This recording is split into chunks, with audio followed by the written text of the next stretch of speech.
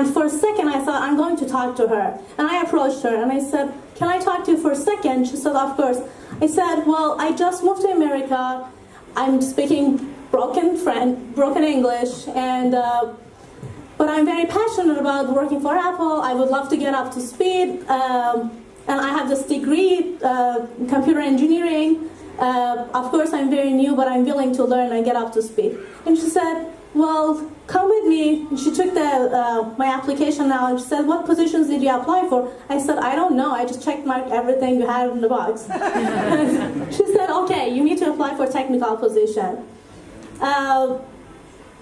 Longest story short, that was just the beginning of 4 series of interviews. I got a call from Apple after that. I went through the whole interview process, and yes, I got the job. And that was my first job in America after being in the country for just a few weeks. So the reason I share this with you is looking back to 2010 to where I am today, it's I wouldn't be here if it wasn't because of the many actions that I took to take myself outside of my comfort zone. Right. And here I am. I'll share with you some of the other stories, some of the other experiences I have. Oops. So peak performance and discomfort goes hand in hand. As a matter of fact, we need some level of discomfort in order for our performance to go high. If we are too far in our comfort zone, our performance suffers from inaction. And if we are way outside of our comfort zone, then we might suffer from anxiety and from burnout and stress. So there is definitely a sweet spot in there. But peak performance happens when we are way outside of our comfort zone. So this is where actually the magic happens. This is where our creative mindset starts to develop, and we start thinking outside of the box when we are way outside of our comfort zone. So we can do some exercises to challenge ourselves to be outside of our comfort zone. Talk to strangers. It's difficult, just like what you did a minute ago. Share something that makes you vulnerable to someone. It makes you it's uncomfortable, it's vulnerable, but at the same time, you get to trust people, you get to develop more empathy for the other person when you do so. So I'll share with you one example of myself challenging myself to talk to other people.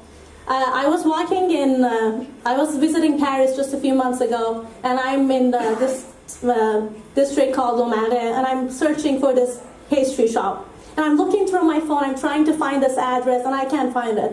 And I thought, you know what, I'm just gonna ask someone. So I took my head out of my phone, and I saw this lady walking by. I said, with my broken French, I said, well, excuse me, je cherche cette pâtisserie qui s'appelle La Murciana, vous la connaissez? And she said, I'm sorry, I don't speak French. I said, oh, well, that's great, I don't speak French either. Where are you from? She said, well, I'm actually a tourist, I'm visiting from the United States. I said, that's awesome, I'm from the United States too, what part? So, well, I'm from California. Wow, that's a small world, I'm from California too. What part of California you're from? She said, I'm from San Francisco. Now you're staying on the side, like, we need to talk. This is what a coincidence, this is amazing. So I said, well, you said San Francisco, but wait a minute, where are you originally from? She said, well, I'm originally from Iran. And here we are getting to this long conversation in Farsi, and I told her, well, listen, this is amazing that we just met. This pastry shop, it's supposed to have good coffee and pastry. Feel free to check it out with your friends. She said, well, I'm actually traveling solo. Like, well, I'm traveling solo too. Want to grab a coffee right now? We can chat. She said, of course. And that was just the beginning of a great conversation. And we ended up exploring Paris the next day together. And right before I come here, I was invited to her house. So we are good friends now. So we never know what comes out of it when we do something that is outside of what we normally do. Reach out to people. You will be surprised of how many responses you would get back. literally 2 years ago, on March 15, 2016, I moved to California from Massachusetts in Boston. I had a plan to move to California, but I was considering different options. I decided to reach out to the senior VP of our company, Dell EMC. Very few people would think about doing such a thing, but I thought, worst case, I'm never going to get a response back. So I did. I wrote an email to the senior VP of our company, and surprisingly enough, I got a response back within 25 minutes. He said, I'm more than happy to discuss with you the options, and I'm having my assistant to set some time in my calendar so we can discuss further. And yes, that was the beginning of a conversation, and after a few weeks, series of conversations, I accepted the promotion to move to California. It's hard to do things that outside of our normal patterns, but when we do, again, that's where the magic happens. Another story I would share with you, when we try new things and when we break the habit of doing things in a way that we always do. Right before I come to this conference, I was at San Jose airport and I checked in my luggage.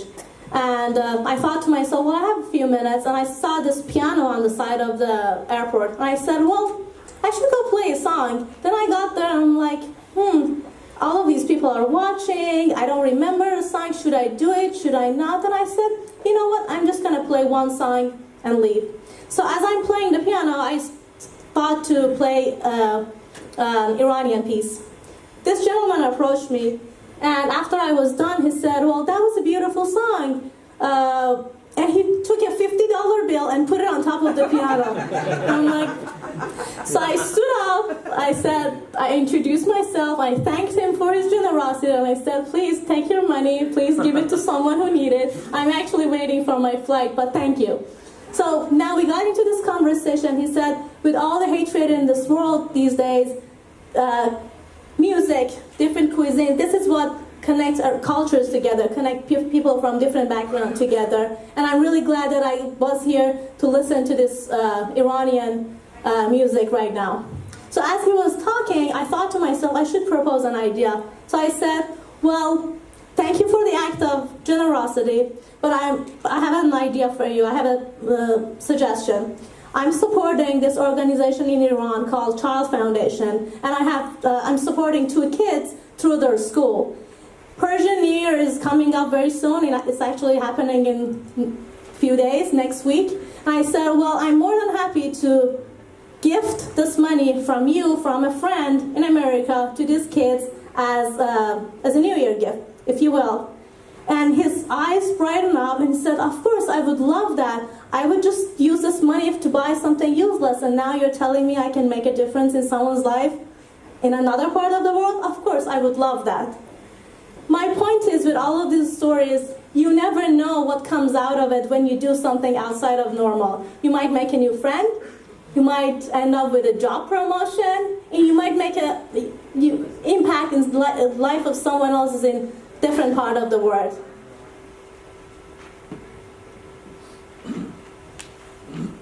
While we are challenging ourselves to do things outside of our normal, we should be patient with ourselves. We can't judge our performance we can't judge our performance when we are doing something for the first time compared to something that we've been doing over and over. But we have to be patient. We have to get over that perfectionism, and we have to celebrate those small successes. Yes, we can focus on those 10 emails that you sent out to many people, you reached out and you never got a response back. But you can also celebrate that one response that you got. Say, yes, I just got that one yes, and be happy for that.